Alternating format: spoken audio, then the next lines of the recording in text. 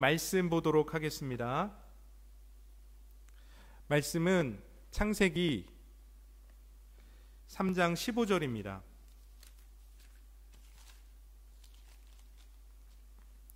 창세기 3장 15절에 있는 말씀 보도록 하겠습니다.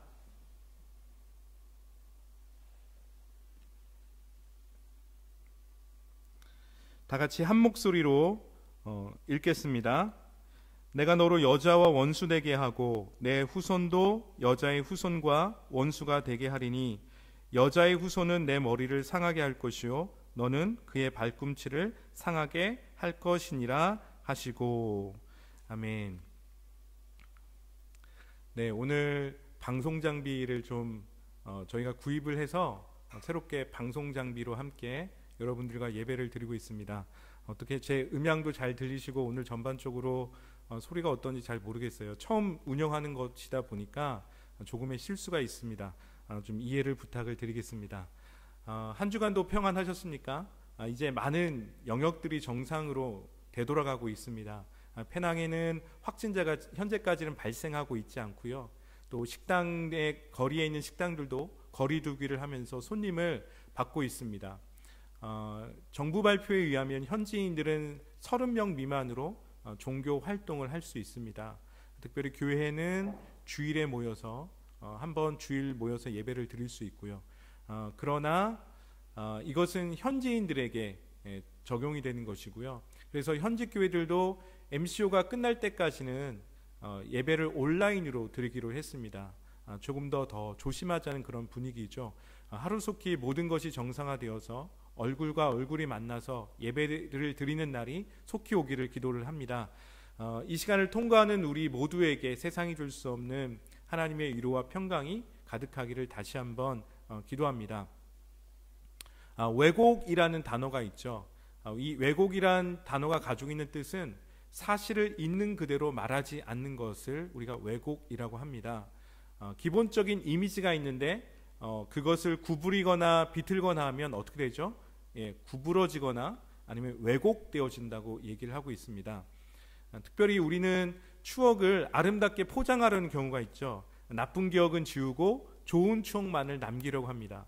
예를 들어서 어린 시절이나 학창 시절에 첫사랑을 회상할 때 어떻습니까? 나쁜 기억보다는 좋은 기억을 떠올리려고 합니다. 대표적인 것이 드라마에서 우리가 볼 수 있는데요. 응답하라 1988, 응답하라 1944. 여러분 한 번씩은 이 드라마를 보셨을 것 같은데요. 이 드라마를 보시면 90년대 음악과 1세대 아이돌을 회상하게 합니다. 서태지가 나오고요, H.O.T가 나오고요, 또 늘 90년대에 가지고 다녔던 삐삐가 있습니다. 또 무엇이 있죠? 그렇죠. 시티폰이 있습니다. 또 청바지 패션 등등 과거에 좋았던 시절과 아름다웠던 첫사랑을 떠올리게 하는 작품이 응답하라 1988, 응답하라 1944 이런 드라마들이라는 거죠.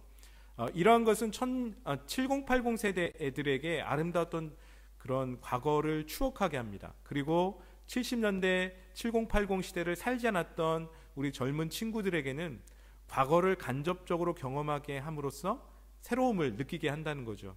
이것이 추억을 회상하는, 과거의 추억을 회상하는 장점일 것입니다.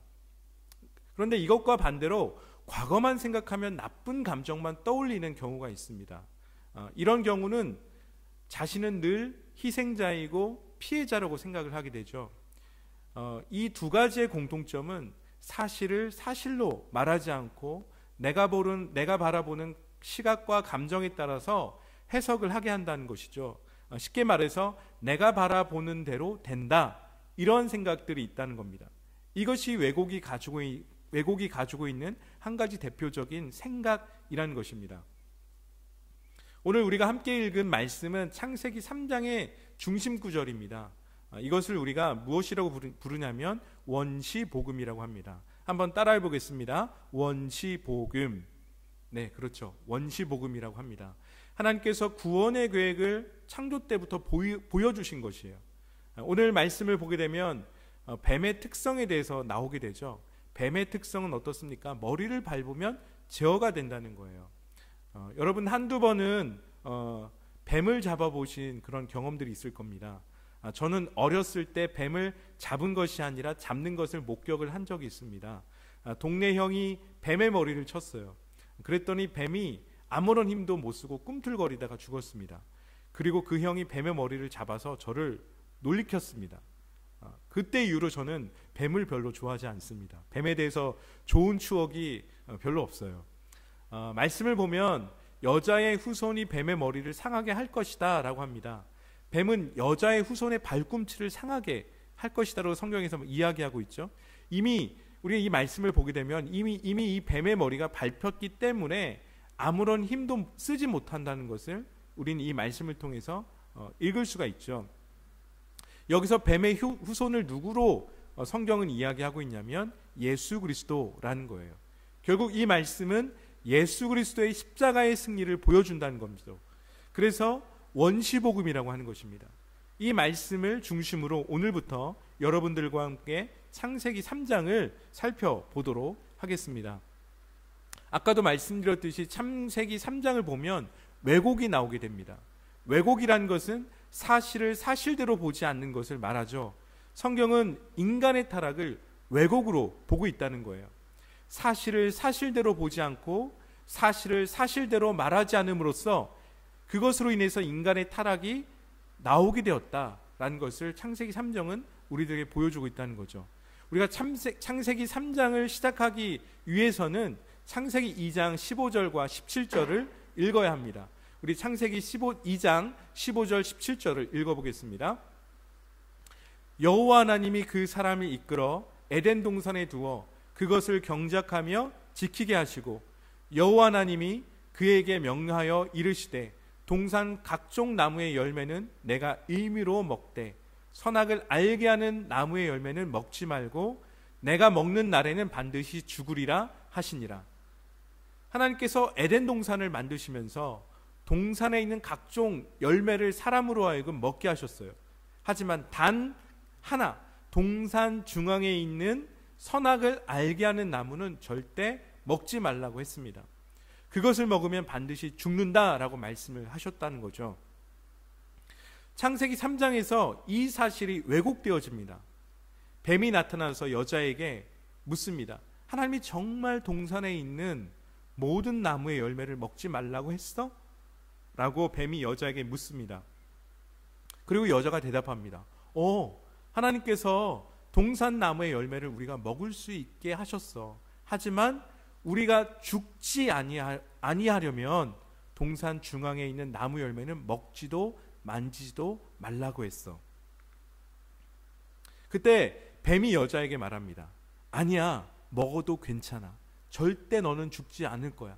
하나님이 그렇게 말한 것은 너희가 그것을 먹는 날에는 너희 눈이 열려서 너희가 선과 악을 아시는 하나님처럼 될 것을 하나님께서 아시기 때문이야. 어떤 이야기입니까?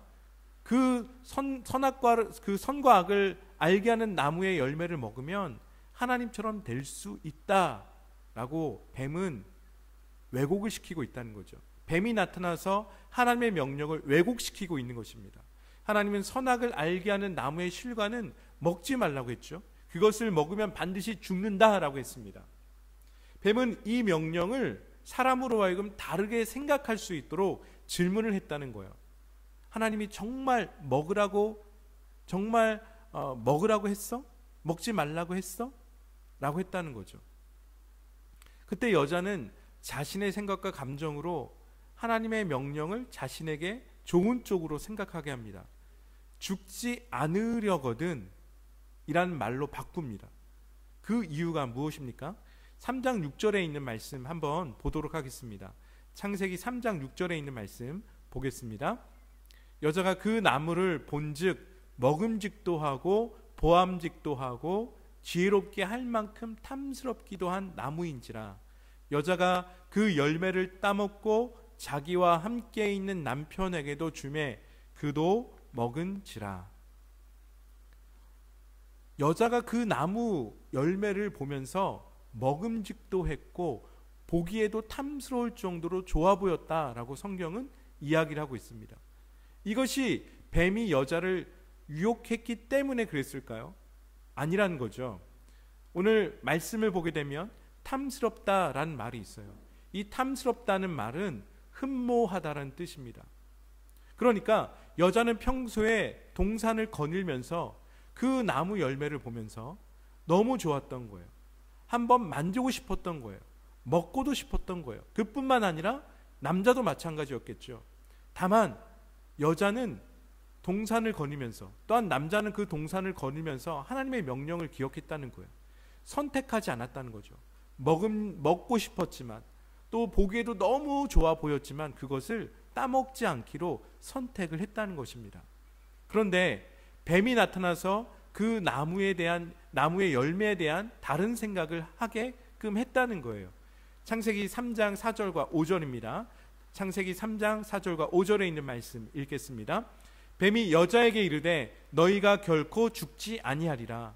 너희가 그것을 먹는 날에는 너희 눈이 밝아져 하나님과 같이 되어 선악을 알 줄 하나님이 아심이니라.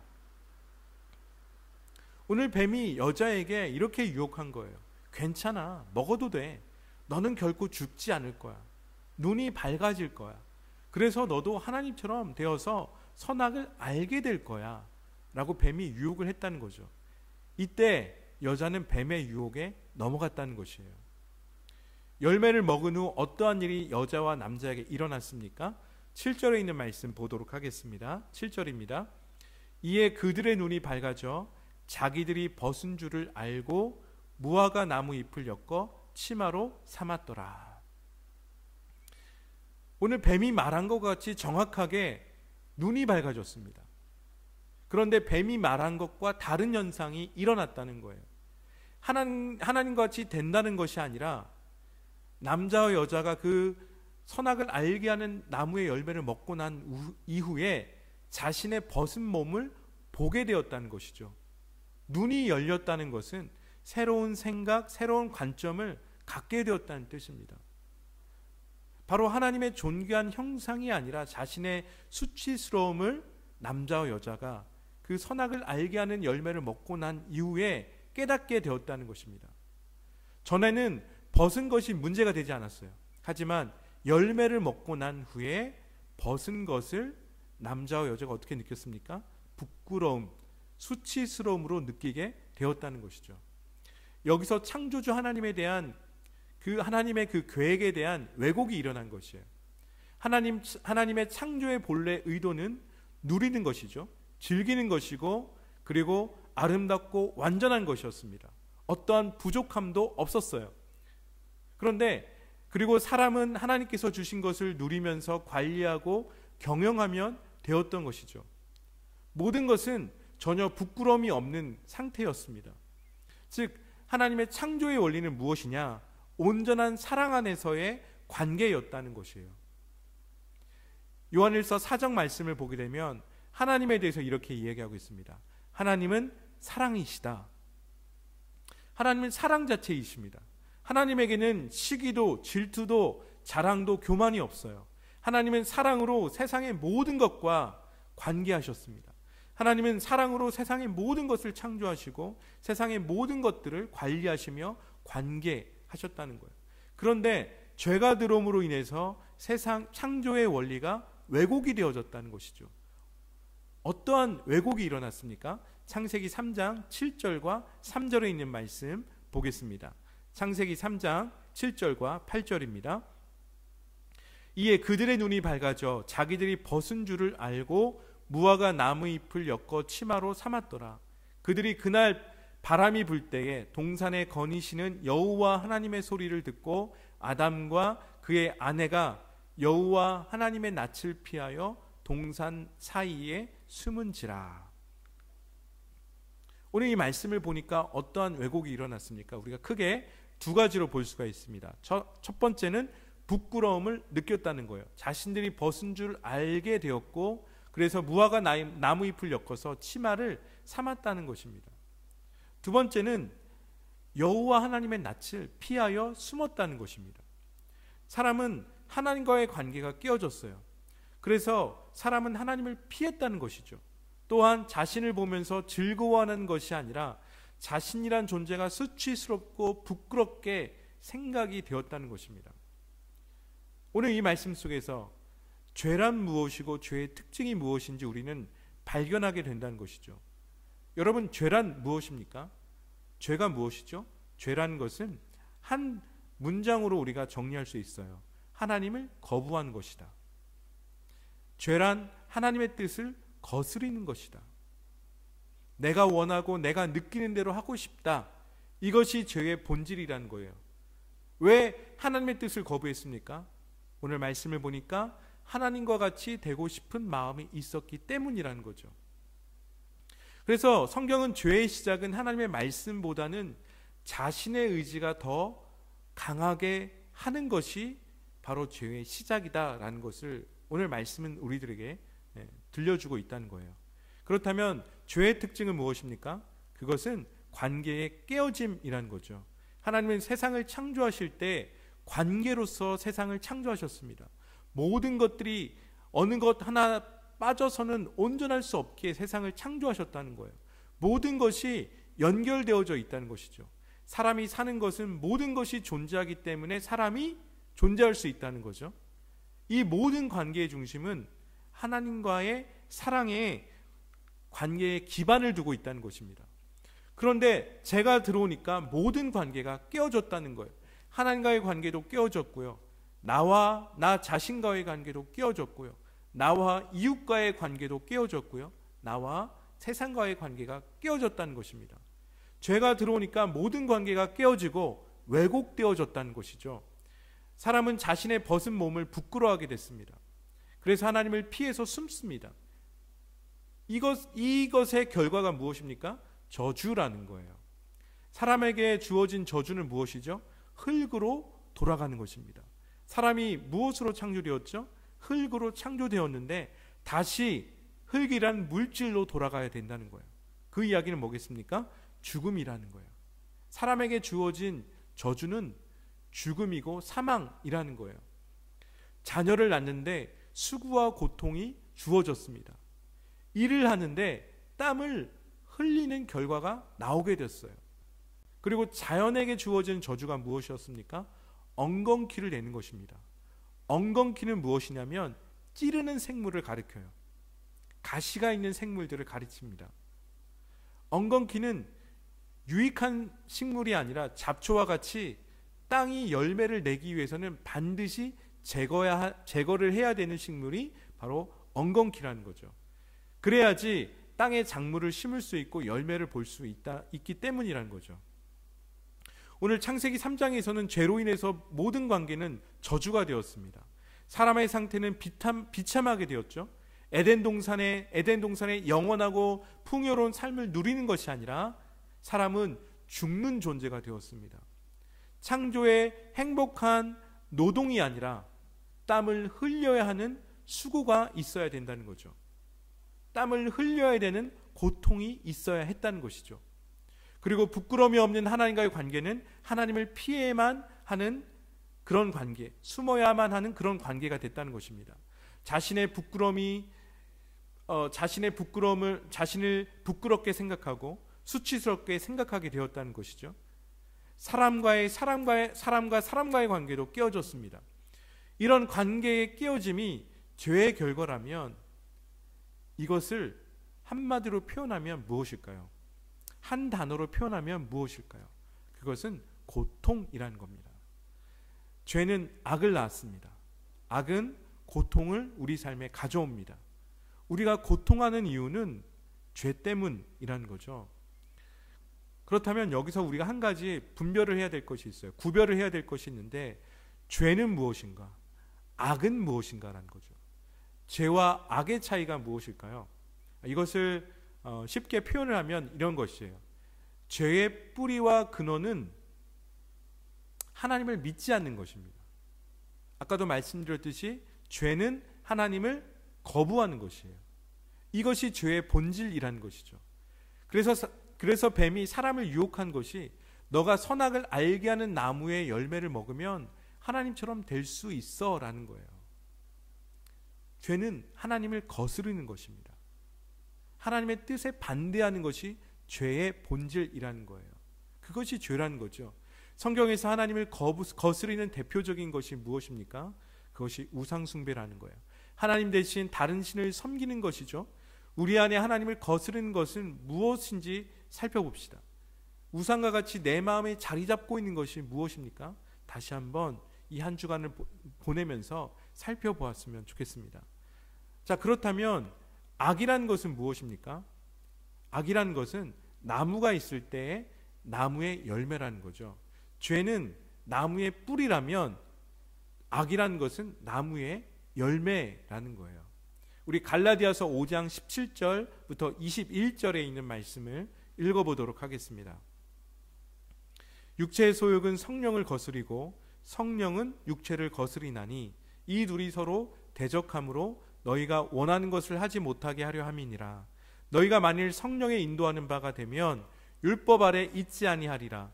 육체의 일은 분명하니 곧 음행과 더러운 것과 호색과 우상 숭배와 주술과 원수 맺는 것과 분쟁과 시기와 분냄과 당지는 것과 분열함과 이단과 투기와 술 취함과 방탕함과 또 그와 같은 것들이라. 전에 너희에게 경계한 것 같이 경계하노니 이런 일을 하는 자들은 하나님의 나라를 유업으로 받지 못할 것이요. 오늘 말씀을 보게 되니까 악이란 죄로 인해서 나타나는 열매들이라는 것을 알 수가 있습니다. 하나님을 거스를 때 육체의 일을 한다라고 말씀하고 있죠. 바로 이것이 죄의 본질이라는 거예요.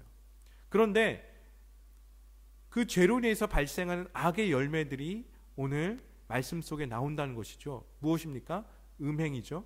더러움, 호색입니다.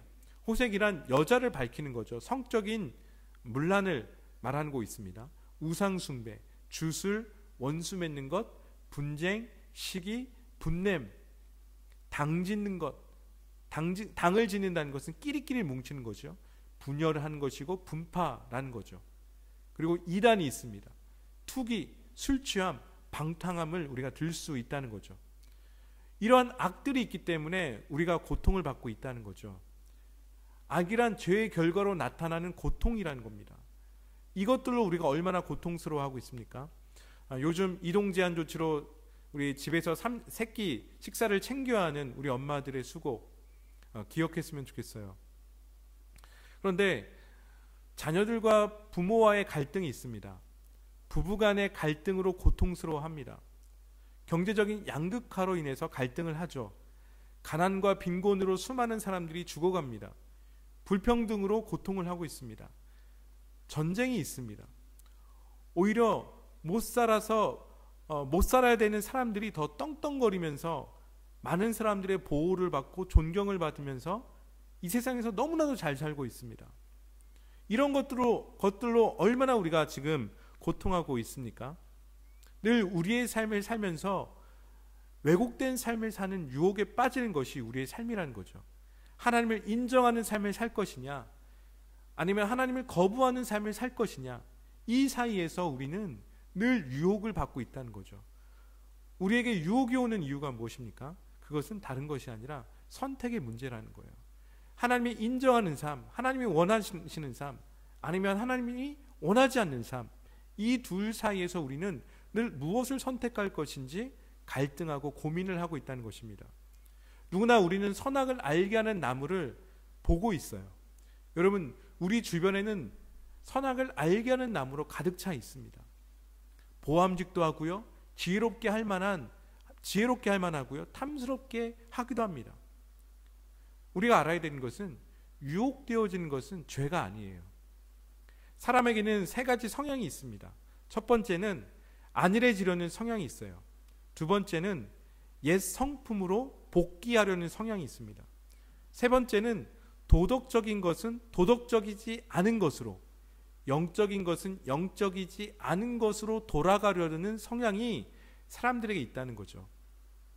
우리가 그리스도인이라고 해서 유혹을 받지 않습니까? 그렇지 않죠. 사람은 누구나 믿음과 상관없이, 교회를 다니는 것과 상관없이 다 유혹을 받습니다. 왜냐하면 사람에게는 죄의 습성이 있기 때문입니다. 고린도전서 10장 12절 말씀을 보게 되면 그런즉 선줄로 생각하는 자는 넘어질까 조심하라 라고 경고를 하고 있다는 거죠. 어떤 이야기입니까? 누구나 유혹에 빠질 수 있다는 거죠. 누구나 죄의 습성을 가지고 있기 때문에 그렇다는 것입니다. 그렇기 때문에 조심하라는 거예요. 넘어질까 조심하라는 거예요. 오늘 죄가 되느냐 되지 않느냐는 내 의지로 선택하느냐 선택하지 않느냐에 달려 있다는 것입니다. 분명히 우리는 언제든지 유혹될 수 있습니다. 예를 들어서 음란이냐 아니냐의 차이가 무엇일까요? 누구나 길을 가다가도 스치면서 볼 수 있는 것이 야한 사진이나 장면들을 볼 수 있다는 거죠. 그런데 스쳐 지나가면서 그런 것들을 보면서 우리는 유혹될 수 있습니다. 근데 이거는 죄가 아니라는 거예요. 그런데 그 장면이 계속해서 생각 속에서 떠오른다면 그것이 음란이라는 거죠. 그것이 죄가 된다는 것입니다. 미움도 마찬가지죠. 누군가를 싫어할 수 있습니다. 마음에 들어하지 않을 수 있어요. 문제는 그것을 마음에 담아두고 칼을 갈고 있다면 그것은 미움이란 죄가 되는 것이죠. 또 한 가지, 소비 심리도 마찬가지입니다. 왜 소비하려고 하십니까? 왜 물건을 또 구입하려고 하십니까? 구매자는 갑이죠. 하지만 판매자는 을입니다. 을인 판매자가 구매자인 갑의 구매욕을 자극할 때 갑이 갖는 생각이 이런 거죠. 나에게도 이 물건을 살 수 있는 힘이 있지라는 감정을 갖는다는 거예요. 아니면 내가 이 물건을 사면 더 나은 삶을 살 수 있지라는 감정을 갖게 된다는 거죠. 이렇게 감정으로 물건을 구입을 한다면 그것을 네 글자로 뭐라고 할까요? 그렇죠. 충동 구매라는 거죠. 늘 우리가 기억을 해야 될 것은 우리가 예수를 믿음으로 죄의 습성을 우리가 예수님을 믿음으로 인해서 죄의 습성들은 제거가 되었습니다. 하지만 언제든지 우리는 죄를 지을 가능성을 가지고 살아가고 있다는 거예요. 아무리 우리가 거듭난 그리스도인이라 할지라도 늘 우리는 죄를 지을 수 있는 가능성을 가지고 살아가게 된다는 것입니다. 그 누구도 유혹을 당할 때에 죄를 짓지 않을 사람이 거의 없다는 거예요. 누군가는 넘어질 수 있다는 거죠. 이것이 창세기 3장이 뱀의 유혹에 넘어간 사람의 이야기를 통해서 우리에게 주는 한 가지 교훈이라는 겁니다. 사람이 넘어지는 이유를 야고보서 1장 14절은 이렇게 말하고 있습니다. 오직 각 사람이 시험을 받는 것은 자기 욕심에 끌려 미혹됨이리. 오직 각 사람이 시험을 받는 것은 자기 욕심에 끌려 미혹되기 때문이다 라고 오늘 성경은 우리들에게 이야기를 하고 있습니다. 욕심 때문이라는 거죠. 오늘 말씀을 가만히 보면 하나님은 사람의 유혹을 막지 않으십니다. 사람의 의지 그리고 선택을 존중하신다는 것을 창세기 3장을 묵상하다 보면 우리가 알 수 있어요. 그리고 그 대신에 계속해서 하나님은 사람과 대화를 하고 있습니다. 여호와 하나님이 아담아 어디 있느냐? 누가 너의 벗음을 알게 하였느냐? 이렇게 주님께서는 아담에게, 사람들에게 대화를 하고 있다는 거예요. 그런데 중요한 것은 죄에 빠진 사람을 하나님께서는 회복시키고자 노력하고 있는 것을 우리는 3장에서 볼 수 있다는 것입니다. 하나님은 관계를 깨시는 분이 아니라 오히려 깨어진 관계를 회복하시고자 노력하시는 분이라는 거죠. 그래서 21절에 하나님은 사람에게 가죽옷을 입혀 지으십니다. 즉 하나님은 우리를 죄의 상태로 두시는 것이 아니라 구원하신다는 거예요. 하나님의 목적은 심판이 아니라 구원에 있다는 것입니다. 그래서 우리가 신약 성경에 예수님 죽이름을 통해서 이렇게 기도하라고 말씀하셨죠. 우리를 시험에 들게 하지 마옵시고 라고 기도했다는 거죠. 시험이 오는 것을 하나님은 막으시는 분이 아니십니다. 오히려 우리가 시험에 빠지지 않도록 기도해야 한다는 것이죠. 결국은 무엇입니까? 우리가 어떠한 환경을 만드느냐, 이것이 중요하다는 거예요. 우리가 어떠한 환경을 살아가느냐, 우리가 어떠한 환경 속에서 살아갈지를 선택하는 것을 우리들에게 말해주고 있다는 것입니다. 그 선택을 통해서 우리의 삶이 나오게 된다는 거예요. 우리가 진정한 그리스도인이 되기 위해서는 환경의 변화를 주는 것이 필요합니다. 우리의 눈이 유혹되지 않도록 조심해야 한다는 것이죠. 사람이 죄에 유혹된 이유는 눈이 열렸기 때문이라는 거죠. 다른 생각이 들어오도록 허락했기 때문이라는 거예요. 다른 가치관이 들어오도록, 그래서 다른 행동을 하도록 눈이 열렸다는 것이죠. 나를 둘러싼 주변의 환경을 다시 한번 살펴봅시다. 오늘 나의 생각을 자극하고 있고 감정을 자극하고 있고 나의 옛 습성을 다시금 살아나게 하는 것은 무엇입니까? 여러분, 그것을 정리하면 좋겠어요. 그래서 하나님이 본래 우리를 지으셨던 창조의 본질을 지켜가는 한 주간이 되시기를 예수 그리스도의 이름으로 축원합니다. 우리 함께 기도하겠습니다. 하나님 아버지, 감사합니다. 오늘 우리들에게 다시 한번 하나님의 마음을 알게 하여 주셔서 감사합니다. 우리의 주변을 돌아보게 하여 주옵소서. 우리의 환경을 되돌아보게 하여 주옵소서. 지금 나를 둘러싸고 있는 환경은 하나님의 마음을 알아가도록, 하나님과 올바른 관계를 하도록 하는 환경으로 둘러싸여져 있습니까? 아니면 유혹 때문에 둘러싸여져서 언제든지 죄를 지을 수 있는 환경들이 나에게 주어져 있습니까? 하나님, 오늘 이 말씀을 통해서 우리들에게 정리할 것들은 무엇입니까? 지금 나의 관계 속에서 정리할 것들은 무엇입니까? 지금 나의 언어의 습관 속에서 정리해야 될 것은 무엇입니까? 지금 내 마음 속에 있는 감정들 속에서 정리를 해야 될 것은 무엇입니까? 하나님, 오늘 나의 습관 속에서 정리해야 될 것은 무엇입니까? 하나님, 그것들을 다시 한번 되돌아보게 해주시고 하나님을 경외하는 삶을 살 수 있도록 주님, 이 한 주간 우리를 인도하여 주옵소서. 예수님의 이름으로 기도합니다. 아멘.